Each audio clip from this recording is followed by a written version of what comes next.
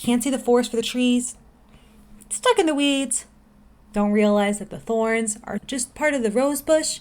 What other analogies can we have that are all about plants and sometimes business is hard and can suck, but it doesn't have to be that way?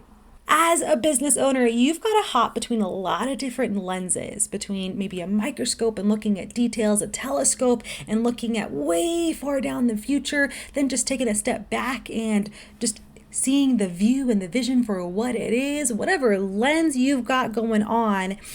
It's sometimes really tough to always change between those lenses, and we can get super stuck in one zoomed in version of something. And we can't see the forest for the trees. Every crack looks like an earthquake. We're stuck in the weeds, and whatever other analogy beautiful nature has given for us to try to make sense of how tough it is sometimes as the owner and the leader. But here's a cool side effect of delegation you might not have thought of that is an answer to these problems.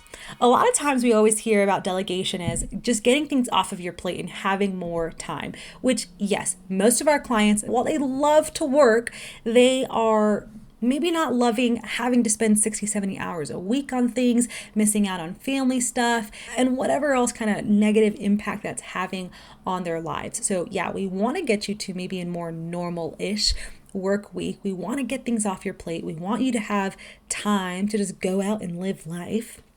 But another thing that we want for you is to really sit in the CEO seat of your business, to sit in that creative, strategizing, visionary place where you get to be your best self. And it's hard to do that when you are doing all the things. You're clogging up your strategic pores and you're clogging up that really fun part of your brain by doing all these other things. So yeah, we want to get those off of your plate. But we also want to introduce more white space into your day. And that's going to help you zoom out. And that's actually possible by working through the natural rhythm of delegation. So when you start to delegate to somebody, you have to talk through what it is you're doing, right? And sometimes that brings to light that there's a crappy process that you've just been putting up with. And cool, now this person can look at that, improve that process, and also take ownership of that process and task. That's awesome. But then you're also talking through all the things that you have on your plate and on your to-do list. And it starts to bring to light this, should I have been doing that this whole time? Or do I really need to keep doing that?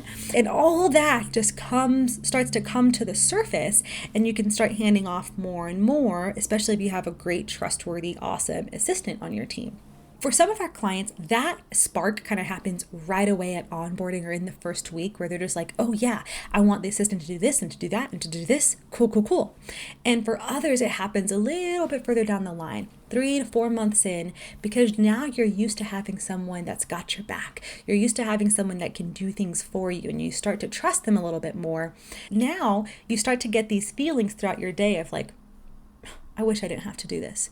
Oh, I don't have to do this. I could pass it to my assistant. Or, this is a great idea. I don't have time to execute on this. But you know who does have time? Your assistant. And so now you get to spend more and more time just in this fun, creative, strategizing place. You have more white space in your day. So we've gotten things off of your plate so you don't have to spend time doing them, but now we've also gotten them out of your brain. So you are clearing up all those pores, all those creative pores in your brain, and you can really have more fun as a business owner. So that's one of those cool positive side effects of delegation that we don't really always talk about. If you are really stuck in this doing all the things, really struggling to let go, struggling to even think about where to start kind of space, I'd recommend hopping back to a previous video that we posted a few months ago. Thumbnail is going to say stop being a bottleneck.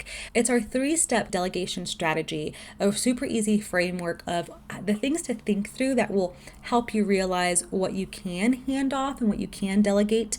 We just posted that last week about what it takes to really trust an assistant, and those resources are going to be great in helping you start the foundation and knowing what a path forward, what an action plan would actually look like for you to start delegating and experience this really cool white space on your calendar so you can sit in that CEO seat.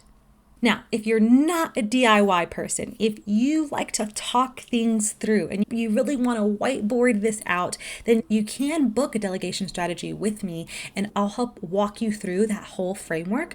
So you can just head over to our OXO site, book an intro call with me. We can talk through things a little bit more and really see if that delegation strategy makes sense.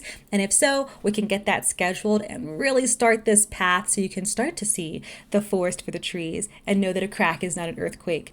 And whatever other analogy I had at the beginning of this video, we're going to get you out of those weeds and get you into that CEO seat. So go ahead and book your call. And I'm so looking forward to helping you get out of the weeds.